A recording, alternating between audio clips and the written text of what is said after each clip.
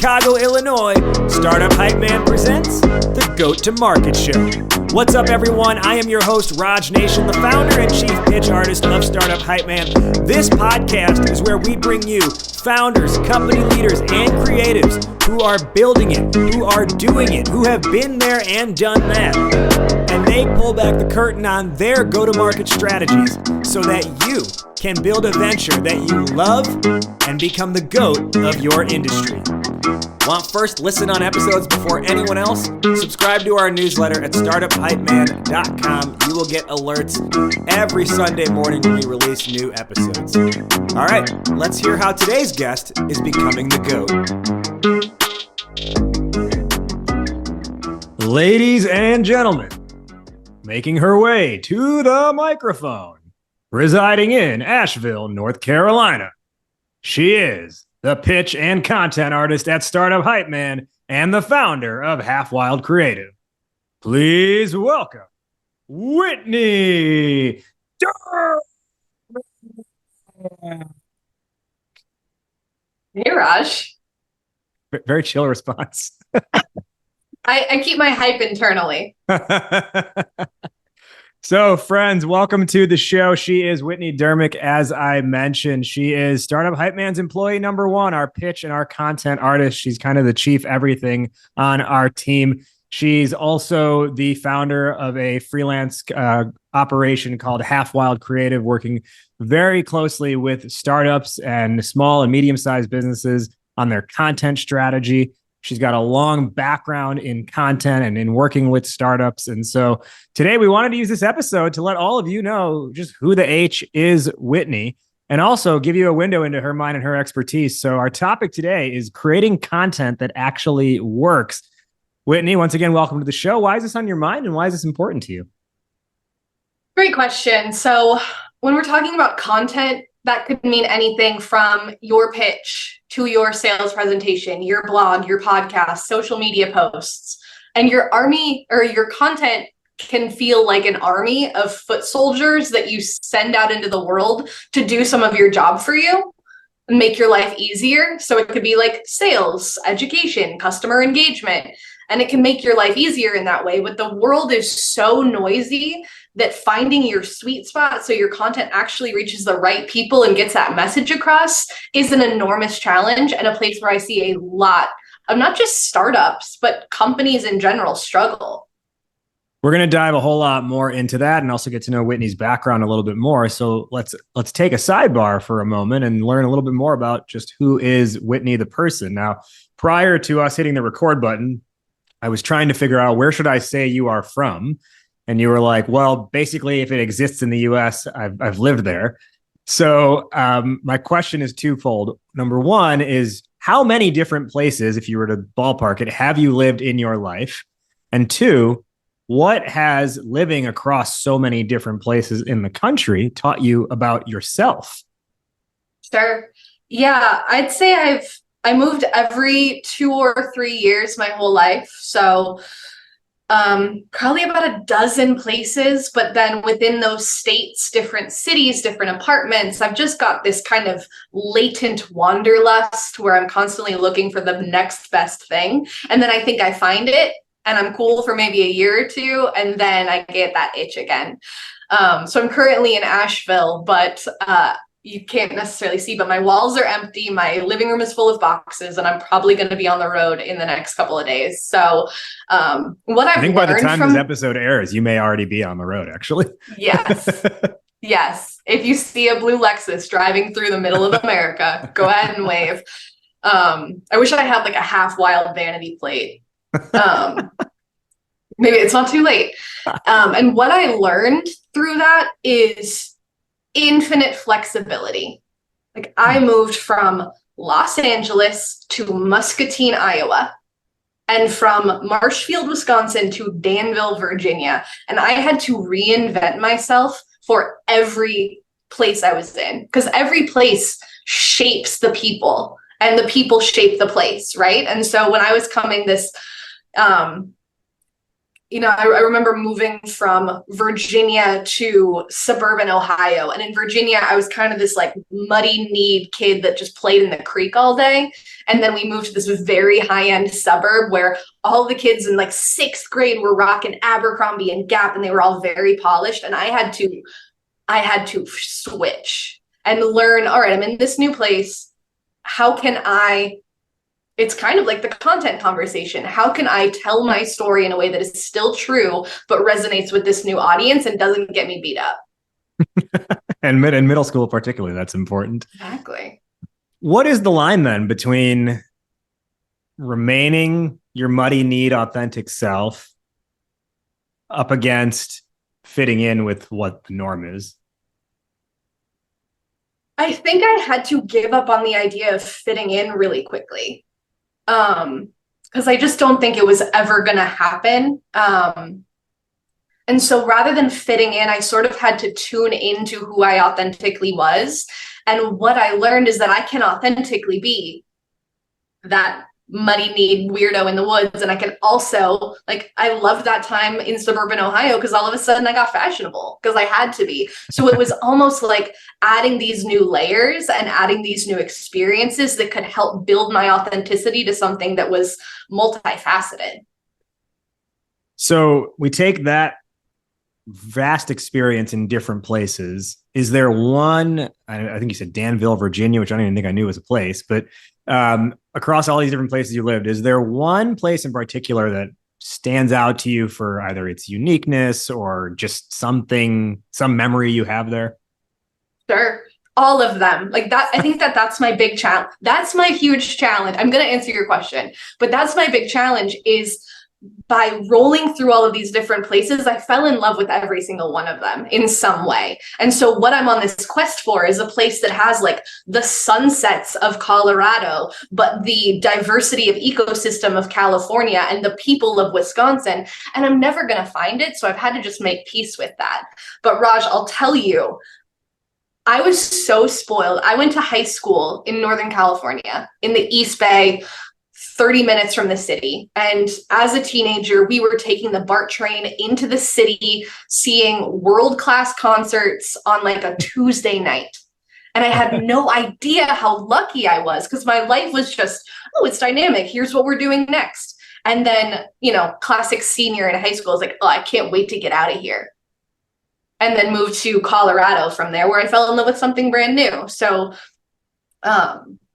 each of the places was spectacular in its own route and has its own charm. But living in the Bay Area with the insane plethora of opportunity and culture and diversity, I think shaped me more than anything else. Well, I'm on the exact opposite end of the spectrum in that I have not lived more than a 25-mile radius from where I grew up my entire life. And when I say that, it sounds weird. And I can't believe I didn't even study abroad. And I'm wondering, when you hear that, are you like, ew, like you've only lived in one place? No, because it's so romantic to me. Hmm. I had friends in high school and even now that had that same situation. And I think if one of us is going to have an identity crisis, I know who it is. And it's not you, because you have been shaped by your environment. You are a product of your environment. You know the ins and outs and intricacies in a way that, you are kind of Mr. Chicago in a lot of ways. I think that's why so many startups see you and love to work with you, because you have this really firm identity that is shaped by where you're from, versus me, where I can be a little bit of everything, but it's hard for me to go really deep like that. So I romanticize your situation. It's like Bane. I was molded by the darkness. All right. So let's kind of dive in now to where you've come professionally. And I first learned about you, actually, I cold outreached you roughly a year ago because you were heading up the content strategy for the Oracle for Startups program, which is a massive undertaking. What's wild in this modern work era is that you actually spent a decade at Oracle. Most people are like thinking, oh, I got to leave a job every 2 years, but you stayed and you developed you spent more time in a job than you ever spent anywhere geographically in your entire life. How would you characterize working there for a decade? How would you characterize your time there? Yeah, I'll take commitment where I can get it. And Oracle was so cool because they empowered me to keep traveling. It was a place where, if I had to characterize my experience there, it was an experience of hyper growth. Like, I would not have stayed there as long as I did if I was not constantly learning and growing and expanding my skill set and expanding my experience. So it was extremely challenging, but I felt so lucky to be operating within this enormous sphere where, in a big corporate, you have strong constraints. So it's not like we could, building content, it's not like we could build anything we wanted to, or just start a TikTok or start a podcast. We had to operate within the brand and tone and constraints of the Oracle brand. But then within that, because we were in the startup world, we were able to be really creative about how we took that Oracle brand and communicated it to the broader world. And I think the biggest takeaway for that was autonomy, like creating autonomy within this larger ecosystem is a way that can propel both your career and your skill set into, like, if you can leverage the resources that are available to you, stay within your lane, but also use them to your advantage. I think it paid dividends for me. I know I'm a weird millennial for having stayed somewhere that long, but I think I wouldn't have done it if it wasn't extremely beneficial. My opinion on work in general is, if the challenge is still interesting to you and you still have more to learn, you don't have, like, you're probably better served staying where you are versus trying to learn something new, from processes to cultures to topics every 2-3 years. And as I say that, I feel like that also comes back to my opinion on not having moved my entire life outside of this area. And that is, I think you have the personality of, you can pick up and go because you're like, let's see what else is out there. Mm-hmm. For me, I'm like, if I have a reason, I will go. But I'm not like, let me just go for the sake of going. And I think similarly when it comes to work, I'm like, if there's a reason, my opinion is, go take that opportunity. But if you're just like, oh, it's been 2.5 years, it's time to move on, it's not the right, in my opinion, it's not the right reason. Yeah. And I'll also add that, so I came into Oracle through a startup acquisition. I was working at a startup in Boulder that did semantic analysis of unstructured text. And we were working with a bunch of enterprise clients. Oracle acquired us. And from getting acquired, I had roles that included product management, customer success, product marketing. So every few years, I was shifting my focus within the same product line and expanding within that. So it felt more like building on a foundation. And then you really can't beat, when you're dealing with a multi-billion-dollar company, the resources, the customers, the global enterprise experience of it. From the time at Oracle, now, fortunately for Startup Hypeman, but unfortunately, at least in the moment, as part of the 2022 sort of massive downsizing that happened across tech, Oracle slashed their startup program, which, left a lot of people figuring out what to do next. Now, you kind of fell back on what you're good at. You went into content. You had authored a book called Half Wild. You launched your own creative agency, content agency called Half Wild. So let's get into that a little bit. First, sure. The book. What's the timeline on when you wrote that? How did that come together? Why'd you write it? And what's it about? 5 questions in one. No, no biggie. Let's hit the gas. Half Wild. So there's a couple of Half Wilds if you go on Amazon. So I needed to come up with a catchy subtitle. Mine is Half Wild, a prayer for a generation of roaming malcontents. Because that is how I felt. And so the way that it came about, as I was traveling, because for the 3 years prior to 2020, I was actually fully nomad. I put all my stuff in my parents' basement and just traveled around, mostly driving, but I did some abroad stuff as well. Went to some incredible places that I know you just came back from, including Lisbon, Portugal. But I was nomad for 3 years, and I started writing about my experiences. And my style of writing is taking a really mundane experience, like getting a cup of coffee in the mountains in, Southern California, and creating a kind of mythical scope around it. And so I was writing these little travel blogs about my experience in these various places, and tying back to what we were saying earlier, really about how the people and the experiences I was having were shaped by that place, and started writing that as a blog. And then when 2020 hit and I had to sort of settle down, I realized that I had a number of really compelling travel stories and enough to shape it into a narrative. So it was kind of my pandemic project. When I couldn't really travel anymore, when we were all inside, I took all of those stories and I wove it into a personal narrative that came out a lot more like a memoir of a wanderlusty millennial. So I want to come back to one of the things you said there. You said taking the mundane, and you gave an example like having a cup of coffee in the mountains, which pictographically, that sounds quite nice.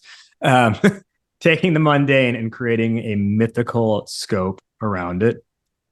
I see a lot of similarities between that and creating strong content. Is that sort of the approach that you take to content creation? It absolutely is. And the example that just came to mind was I was in Jerome, Arizona, and having a conversation with a man who ran a jewelry store. And I think this is part of my content creator ideas. I love just talking to people and asking them questions and learning what makes them tick. And before long, I'm shopping for rings. And before long, he's telling me about how his wife in this life was also his wife in a past life when she was like a warrior princess, and he was like it was this whole story. And even though I was just shopping for jewelry, I'm connecting in with this ethos of this incredible place and this incredible person, and telling that story and being like, I can't keep this to myself. I need people to know that this kind of thing exists. And when I send that out into the world, I know that I'm inspiring not just wanderlust, but also for those people who are just armchair travelers, or just people who love people or who love culture, are going to read that thing and feel inspired. And I think that is exactly my approach to content: is make it authentic, make it real. It's always got to be true, obviously. Or if it's not true, it has to be mythical. So true in that mythical sense, like the hero's journey story. And then also know your audience and serve your audience. So that was a big thing with this travel blog, and why I sometimes struggle to write, because I think, who cares? Who cares about what I'm doing? But then when I realize that I'm sending this out, and being really authentic about my experience helps other people feel seen, or helps other people travel in their armchair, means that my content is having an impact on their life. And knowing that gives me a purpose. And that's kind of my number one rule with content: is everything you do and create and put out there needs to have a purpose. Everything you do and create and put out there needs to have a purpose. That's your rule for content. I like that rule. Now, let's spend a little bit of time just talking through, like, I do want to come back to that point, but I want to spend a little bit of time talking through how you came to be part of the Startup Hypeman team in the first place. So as I mentioned, I had originally reached out to you when you were at Oracle about collaborating with our pitch workshop for the Oracle for Startups program. And then, I don't know, maybe within 2-3 weeks of that is when the layoffs were announced. Yeah. But then what's interesting is your own content creation is what made me reach back out, because you put up a blog post on LinkedIn. I read that and I was like, oh, this is pretty good writing. And so then I reached out to you and was like, hey, we've got a freelance opening for content artists on our team doing this job of creating brand manifestos and the pitch kits we develop for clients. And, we had just a quick discussion about that. And very shortly after that, you were on our team as a content artist. Now, if you recall, we had a couple interviews, but within that, I gave you an exercise that was a simulation, right? I basically gave you an actual client we had previously worked with. I gave you their raw data dump, if you will, about their story and their journey, their mundane, if you will. Yep. And the assignment was to, in your words, create a mythical scope around it. So I want to know, like, when you got that exercise, what was going through your head? Were you like, this is amazing? Oh my God, this is wild. This is like scary. Like, what was going through your head in like being given the assignment? And then how did you approach actually putting it together? Yeah. When I dove into that, my first thought was, whoa, this guy is thorough because your process was so specific and so intentional for like the instructions that you gave me, and all of the raw data was so specific and directed that it brought me an intense amount of comfort. I was really comforted by how fastidious everything was, because in the content world it's really easy to get super overwhelmed. Like, here's everything, make it good. And you gave me just enough where you kind of gave me this block of marble, and it was my job to see where I could carve the statue out of it. So I remember that trial was so process oriented, and I was immediately lit up by how intentional it was. But then when I got to dig into the contents, like the startup story, the founder story, the problem and the solution, I liked it even more. It was a really fun blend of structure and creativity. In the structure versus creativity thing, I remember, you submitted it back and I was like, holy shit, this is good. And we probably could have submitted this to the client for real. And they would have loved it. Can you speak to, once we brought you on and then you started to work on more of these, what are some of the things that you were noticing about, and let me give our audience just a little bit of background on this for those who have not been clients of Startup Hypeman before. One of the pieces in our process is creating this document we call a brand manifesto, and it is about a 1.5 to 2 page document that is telling the story of the founder and the company's coming of age, if you will, how it came together, and ultimately the vision and the flag they're planting in the ground to declare the future that they're creating. In the capital raise use case, this is used to help show to investors founder market fit, showcase who you actually are and why you're the person for the job. And then for our more advanced clients who are working on their sales development, the story stack clients, as we call them, this manifesto is used really as more of a customer facing or public facing document. So they understand what is your company ethos really all about. And why should they be buying into not just your product, but your philosophy overall? Now, with working on so many of these, or the first handful that you worked on, I'll come back to my question, which is, what were you noticing about founders that maybe you may either didn't previously realize or understand, or you were like, well, there's some consistent patterns here? The consistent pattern that I notice is that founders don't always realize that their companies are always extensions of themselves. Like, a lot of people think that their life is on one hand and their career or vocation is on the other. And that line is so muddied for entrepreneurs. And I think a lot of founders will forget how powerful their own story actually is for laying the groundwork of their life's work. And sure, an investor is going to invest in companies, but more than that, like my experience with Oracle played this out, investors want to invest in people.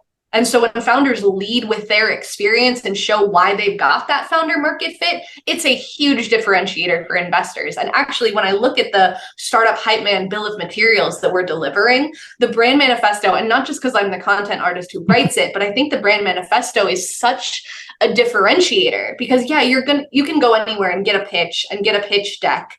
But the brand manifesto, where you show not only do I have a great company, but I know my market, is how you can get investors to kind of sit up and take notice that you are the one. That was kind of the idea behind having that be part of the process in the first place. It's, every investor says, particularly at early stage, oh, we bet on the founder, we bet on the team more than we bet on the product. Mm-hmm. And it's like, well, what better way to show them who you are than to have a story for them about who you are? That's a little, obviously it contains details about the company you're building, but it's really to get them to see how you think and why you care and why you're the person and why you and no one else is the person for this job. So as you've written more and more of these, can you just talk through, like, you said a lot of times founders don't necessarily, or they take for granted that, the company is an extension of themselves.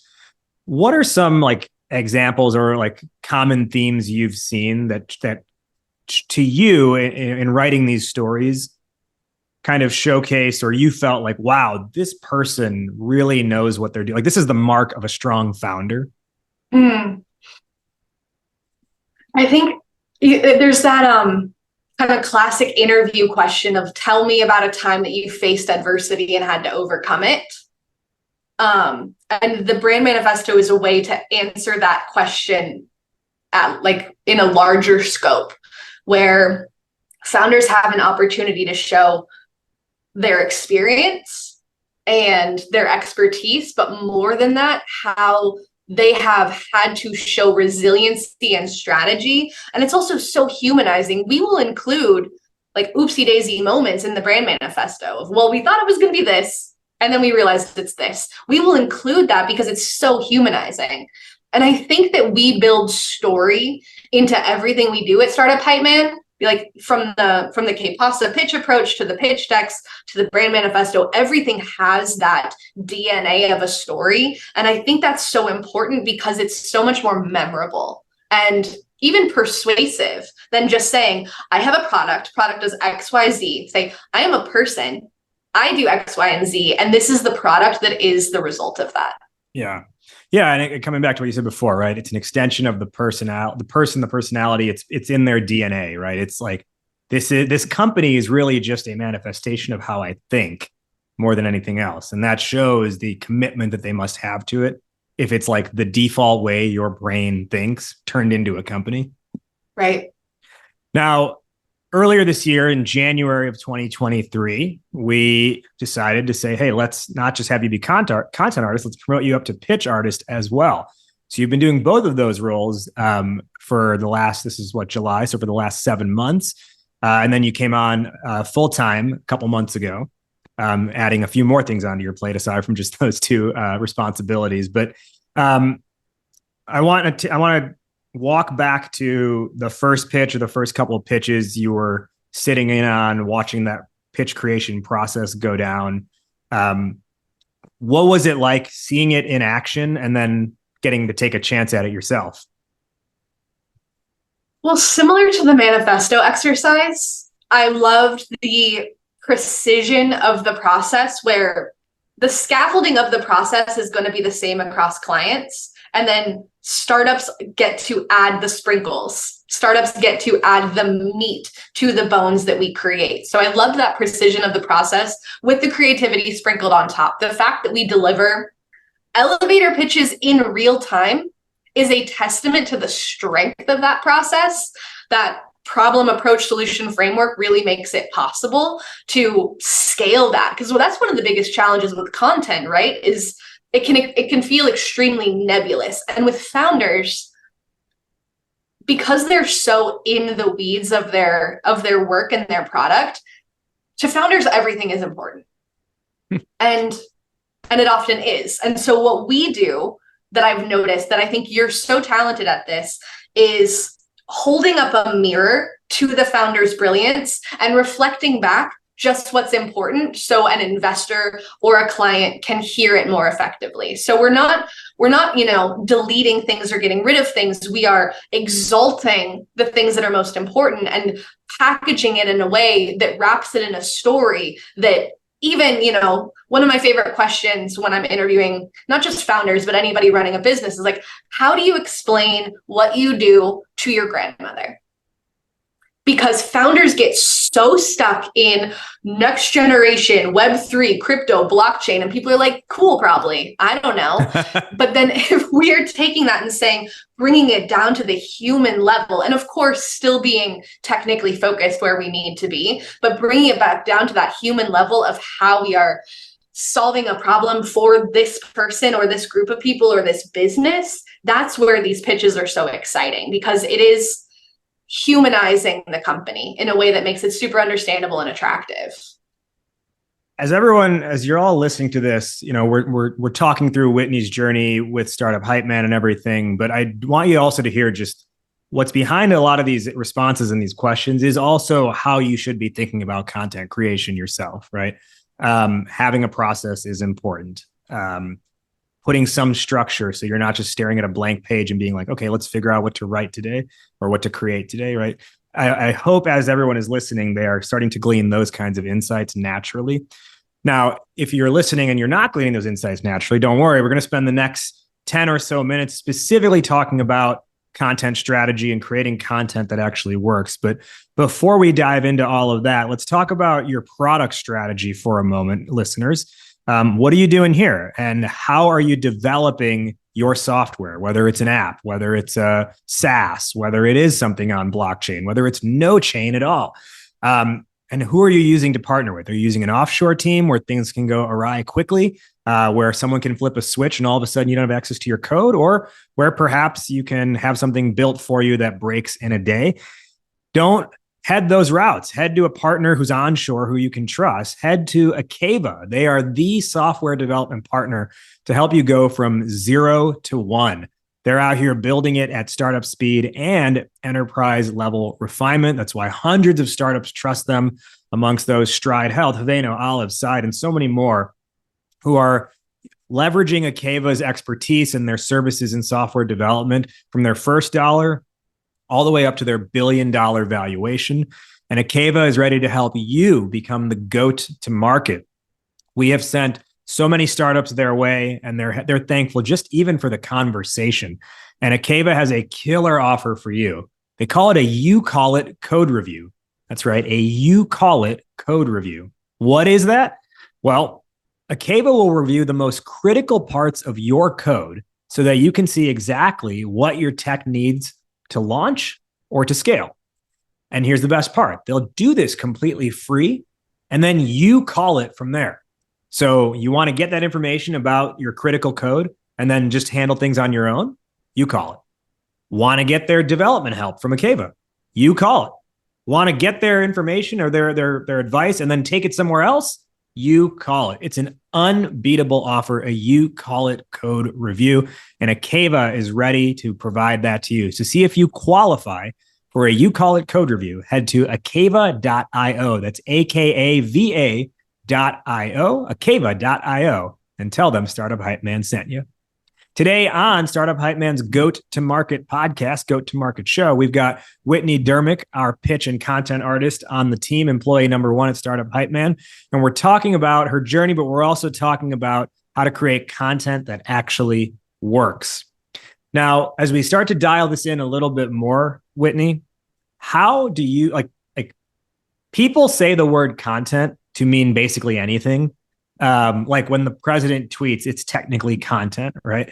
So I guess, how do you define content at least within the scope of business? That is exactly the challenge of content, because content is the breadcrumbs that you put into the world that attracts people back to your company. And it can be educational, it can be evangelical. It's any way to get your point of view into the world. And the way that you choose to do that is your content strategy. What I have seen is a lot of startups say, oh, we're going to focus on content creation, content development. Mm-hmm. And maybe they do. And if they do, it's a lot of uninteresting stuff that gets put out there. In the projects you've worked on for your clients at Half Wild, and in just what you've observed otherwise, what do you see? Like, what is the fundamental mistake or mistakes that startups make when they start to create content or develop a content strategy? Oof. I see so many companies swinging for the fences, chasing trendy content types like TikTok and podcasting without the infrastructure that they need to be consistent in delivering it. So, they think they need to go viral, but the truth is, if you don't have the resources to deliver on that in an ongoing way, you're going to burn out and then you're going to look flaky. So my advice is always to pick something excruciatingly simple and nail it and scale from there. So maybe it's a blog, maybe it's a value added newsletter. Take something simple that you know you can deliver and go from there. So focus in one area, don't spread yourself too thin. Now, you mentioned like TikTok or Instagram or something like that. Should we be bucketing that as social media as opposed to content, or is it all content? That's the fun thing about content is if you have a solid messaging framework and content strategy, is you can create content that then expands out across all of your networks. So when I think about content creation, it's everything from ideation, execution, distribution, and then measurement. And this distribution piece is totally different from content creation. Like an excellent messaging framework, which by the way, our pitch development exercise is a great way to start this, develops a messaging framework that you can then take and turn it into that one thing that you want to do great. And once you feel really solid in what you're delivering and you've got your messaging down, then that is something that can scale across different distribution channels. Like the secret to great content is taking one piece and turning it into 50, where, oh, I just had this great interview with a customer and they gave me this incredible quote, and I'm going to publish that interview as a full-length webinar. I'm going to take clips of it and throw it all over social media. I'm going to take that quote and I'm going to put it into a little image and share that across social, put it in my website, put it in my newsletter. So the content I think of is the seed that then grows into the trees and all of the branches of distribution. So you talked about ideation, execution, distribution, and then measurement. If we come back to the ideation and the execution part of it, how does someone find that one piece? Is it a customer interview? Is that the only place where, like, how do you figure out, like, oh, this is what we're going to build around? This is where when startups are super keyed into what they do well, that piece reveals itself. Because some startups are incredibly technical and they have rock star devs, and that's your source of content. You're saying, hey, dev, how do I solve this problem? Hey, dev, what are your top 5 tips for doing XYZ? And you're using that technical expertise. If you are a startup with a really charismatic CEO, you're following him around with a camera and you're capturing everything he says, and he's your source of content. If you're kind of a low-key, just solid product that solves problems, you are allowing, like, I've even seen startups use their documentation as content. If they're solving a problem that's got a big enough audience, send that documentation out there, get it SEO optimized, and have people come to you. And then with this idea of everything must have a purpose, every piece of content, maybe if we're not talking TikTok, but pieces of content, especially when we're talking newsletters, LinkedIn, blogs, videos, must have a call to action. Because if you're creating great content, they're going to need to see maybe 4 or 5 touches from you before they're really interested. But when they are interested, they're going to need a do. And so having that call to action at the bottom saying, okay, either you have proven to me that you are somebody that I want to work with, or you have shown me that the problem that I'm solving is way too challenging and out of my depth, and I want you to do it for me. So it's, to come back to what you said, a couple minutes ago, or a few moments ago, rather, around how you find that inspiration, whether it's turning to your dev team and being like, what are the 5 things you run through, or the charismatic CEO. It's kind of like figure out where your strength lies, but not everyone's going to have that same source material. Yes, exactly right. I mean, great content strategy revolves around not overthinking it. If you don't have technical prowess, don't try to create technical documentation or technical content. If your brand is primarily, fun and fluffy, that is your wheelhouse. And I see a lot of startups trying to be everything to everyone. And that is a classic recipe for burnout and also muddying your message. So especially early on, getting laser focused on who you are, who your customers think you are, and who you want to be in the market is going to be how you crystallize that idea of your content strategy. Okay, so one area that I see, my opinion anyways, it's a fail, and I want to get your opinion, is this belief that the content that's generated must drive conversion like automatically and right away. And perhaps as a result of that, or with that being the leading thought, like, I'm on a lot of different newsletters from different companies. And what I get is just a constant barrage of, see how so-and-so used our software to achieve these results. Need help with this? Think about us, right? It's just constantly talking about the product. I won't even ask the question. I'll just kind of like leave it there with, that's what I observe and those are my thoughts, and I'll let you respond to that. Yeah, you nailed it. I spent several years as a product marketer. And the fun thing about product marketing is if you're talking about the product, you're doing it wrong. Where you're going to get to the product, but that's, somebody doesn't Google, hey, I need X product. I mean, certainly in some cases that is the case, but a lot of times people just have a problem that they need to solve. And so if you're leading with product, you are being exceptionally ham-fisted and not allowing the person to sort of follow those breadcrumbs to find, I know I have a problem, I know I need support, and where am I going to find that support? Oh, this is a company that is helping me with that problem, and oh, they just so happen to have a product. Because I think more and more as the space gets noisier and noisier, people are looking for relationships, they're looking for trust.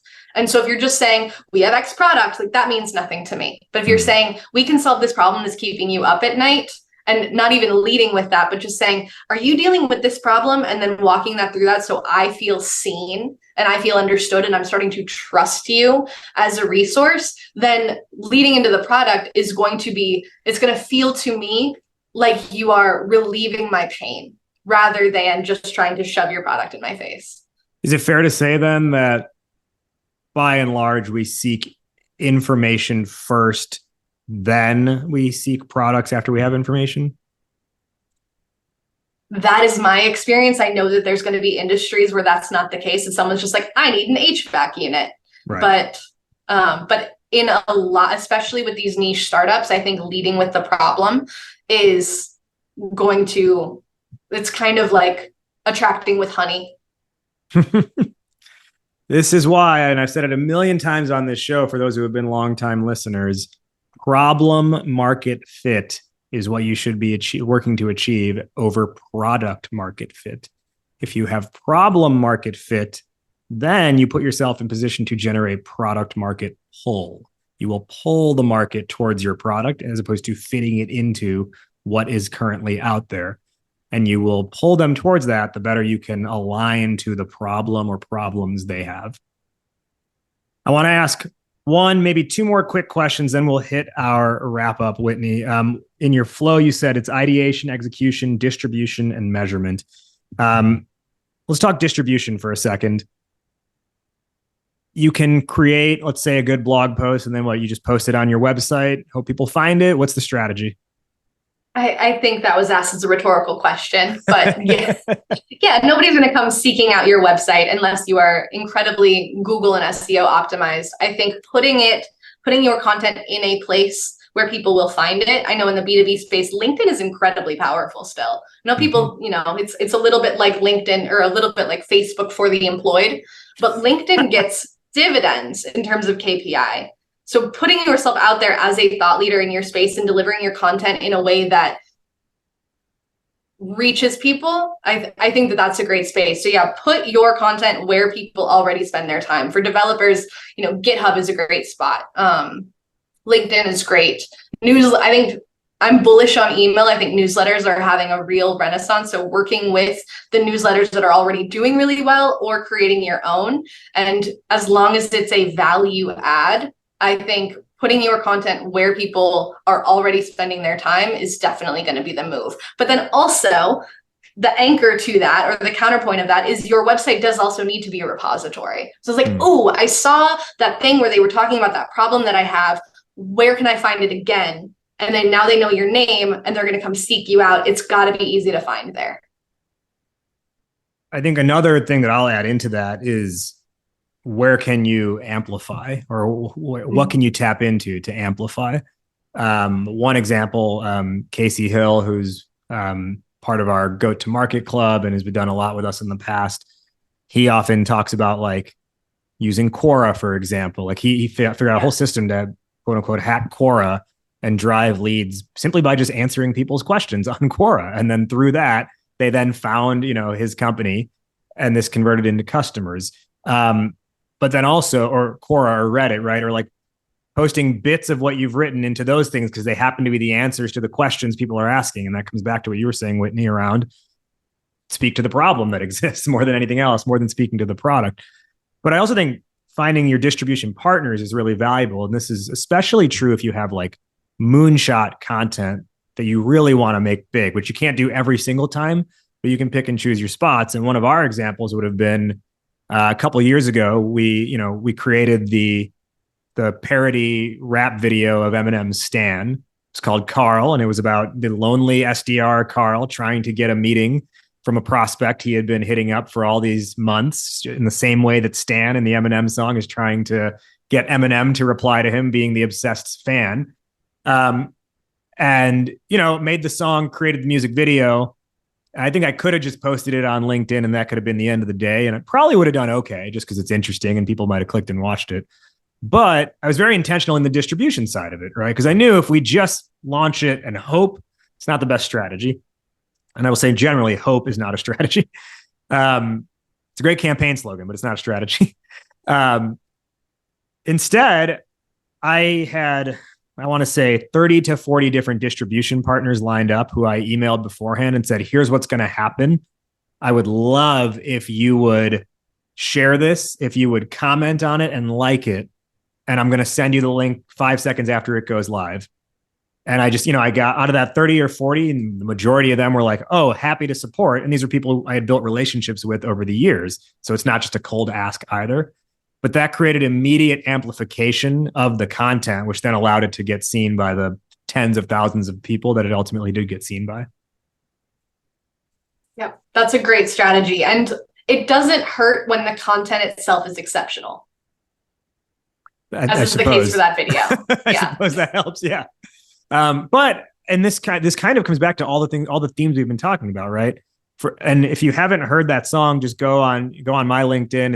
It's still posted there, or seen the video, right? It's a parody music video, but what makes it interesting and successful is it's a 5-6 minute song, and it's parody off a song people know, so it helps. But it is purely just talking about the struggles of trying to sell a product and get a cold email answered or a cold call answered. There is like one mention of Startup Hypeman in the entire song, and it's like 5.5 minutes in, and it's literally just the company name is used for the purpose of a lyric. It is not a 5.5, 6 minute song. I think it's a 6.5 minute song, actually. It's not a 6.5 minute song talking about how great Startup Hypeman is. It's purely content that is focused on just having a humorous way to talk about the struggles of being a salesperson, of being an SDR. And so many people relate to that they wanted to, and I still get notifications like once a week of people liking it or commenting on it.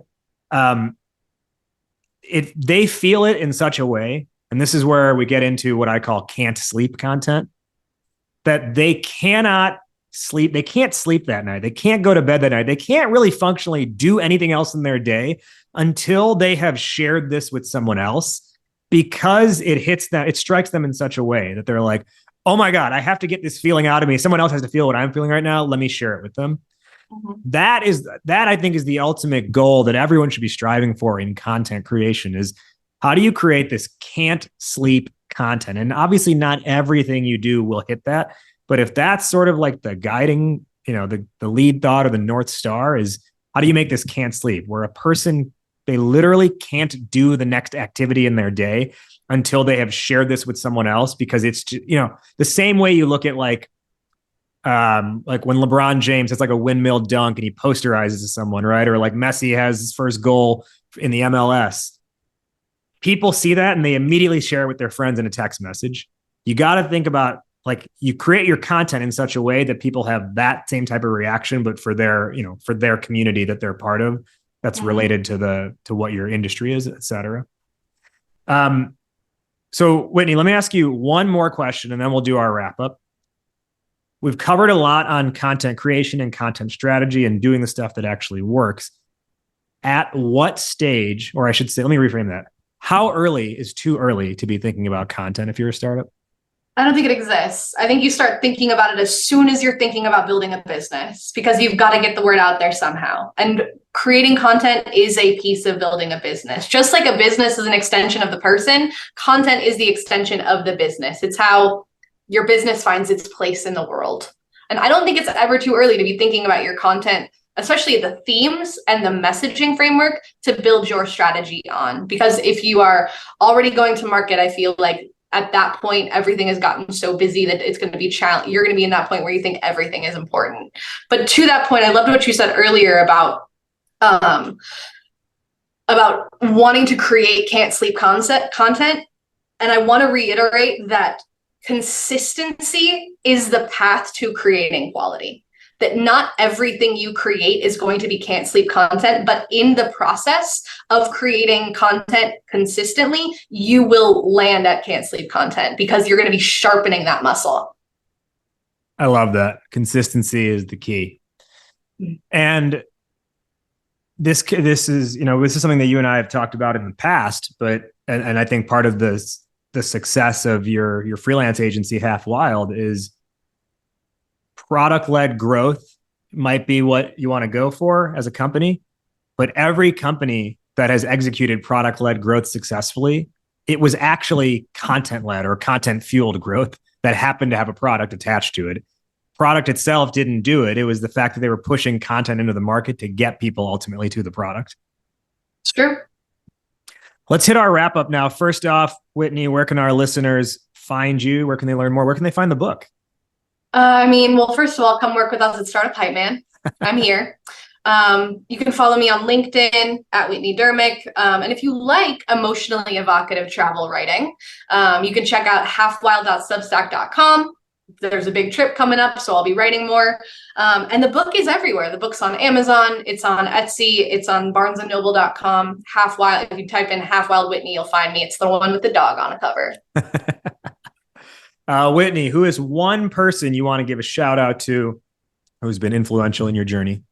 I don't know if this is dorky, but I'm going to shout out my fiance, Marco Kengat, because he has been a lifelong entrepreneur and gave me the courage to go out on my own. Nice. Fiance shout out. I love it. We'll now do our top one or two lessons or takeaways for the listeners based on our discussion today. I'll go first and I'll toss it over to you. The topic today was creating content that actually works. Again, we covered a lot here, but I want to come back to something that you said earlier that really stuck with me was if you're talking about the product, you're doing it wrong. Whitney, one or two lessons or takeaways for the listeners. Investing time and energy in getting clear will save time and deliver dividends. My final question, which is how we end every episode on this show, fill in the blank. Entrepreneurship is blank. Entrepreneurship is commitment. Why commitment? You need to be committed to your idea and flawlessly aligned with your vision and trusting in yourself. And that takes commitment, not just necessarily to your product and to your business, but to yourself and to faith in your ideas. Entrepreneurship is commitment. She is Whitney Durmick, the pitch and content artist here at Startup Hypeman. She's going to be working with a whole lot more of you startups out there as you start to work with us at Startup Hypeman. And guess what? If you had follow-up questions you wanted to ask Whitney as you were listening to this, because maybe you were driving or working out or grocery shopping, but obviously, since it's a pre-recorded conversation, you didn't get a chance to jump in. We're giving you an opportunity to jump into this conversation because coming up the whole first week that this episode is out, Whitney's jumping into Goat to Market Club and doing a follow-up Ask Me Anything. So you want to ask her more about content? Ask her anything. You want to ask her about being nomadic in her entire life? Ask her anything. You want to ask about what it takes to build a great pitch? Ask Whitney anything. All that's going down in Goat to Market Club. That's our online founder community. To join, you just go to startuphypeman.com/GTM-club, startuphypeman.com/GTM-club. It is free to join. Your first month is free. And then after that, it's a better deal than Netflix. First month free, $9 a month. Cancel any time. And not only do you get the Ask Me Anything, but you get exclusive recordings to a lot of our workshops and webinars, plus other great content and member-to-member interactions. Whitney, thank you for joining today. And I'll see you, in a few minutes, just generally because we work together. But thank you for joining as our guest today on the Goat to Market show. Thanks, Raj. I had a blast. That does it for this week's episode. Thank you again to our guest for joining and sharing their knowledge. Did you like what you heard? Well, leave us a rating and review on your podcast app before you head out of here. And while you're at it, who's one friend who you think would find value in hearing today's conversation? Go ahead and share the episode with them. I would really appreciate it, and I thank you for doing that. Remember, we've got more going down with our guest inside Goat to Market Club. Think of it like the after show, the after party, the after hours special. Our guest is going to hop inside the club and do an Ask Me Anything. So you can follow up with any of those questions that came to mind as you were listening. You can follow up and ask them to our guest inside our club. To join, just head to startuphypeman.com/GTM-club. startuphypeman.com/GTM-club. GTM Club is $9 a month, but your first month is free. You can cancel anytime, and you're not only getting the AMAs, you're also getting our monthly strategy drops that are for members only, where we're teaching hyper-specific tactical go-to-market strategies, plus cool member-to-member interactions and other bonus resources. All of that happens inside the club. So again, startuphypeman.com/GTM-club. We'll see you inside the club, and we'll see you next week. But before you head out, remember, why be a unicorn when you can be the GOAT?